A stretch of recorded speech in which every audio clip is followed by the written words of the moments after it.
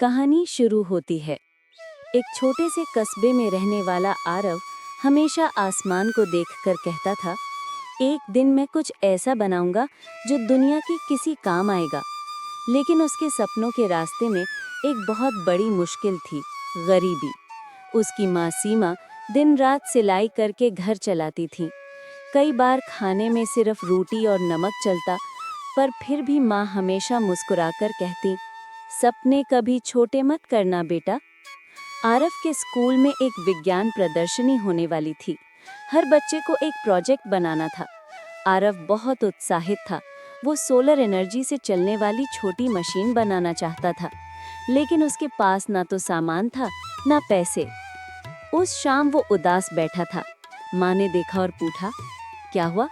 आरव बोला, सब बच्चे अच्छे अच्छे प्रोजेक्ट बना रहे हैं, मेरे पास कुछ नहीं। माँ ने अपनी सिलाई मशीन के नीचे से एक पुराना डिब्बा निकाला। उसमें कुछ गिरे हुए स्क्रू, तारे और उसकी बचत के 200 रुपए थे। माँ ने कहा, ये लो मेरी बचत, पूरा ना सही, शुरुआत तो होगी। आरव को माँ की आंखों में थकान भी दिखी और प्यार भी। वो बोला, मैं इन पैसों से बड़ा प्रोजेक्ट नहीं बना सकता, लेकिन कुछ तो करूँगा ही। अगले दिन उसका दोस्त राघव बोला, चल मेरे पापा की दुकान पर बहुत कबाड़ पड़ा है, उसमें से कुछ सामान मिल सकता है। दोनों ने पुराने पंखों, टूटे टॉर्च और वायर से कुछ चीजें इकट्ठे की। आरव ने कई रातें जागकर अपनी छोटी सोलर मशीन बनानी शुरू की। कभी तार जल जाता, कभी पंखा रुक जाता, कभी सोलर प्लेट काम नहीं करते, लेकिन वो हार नहीं मानता था।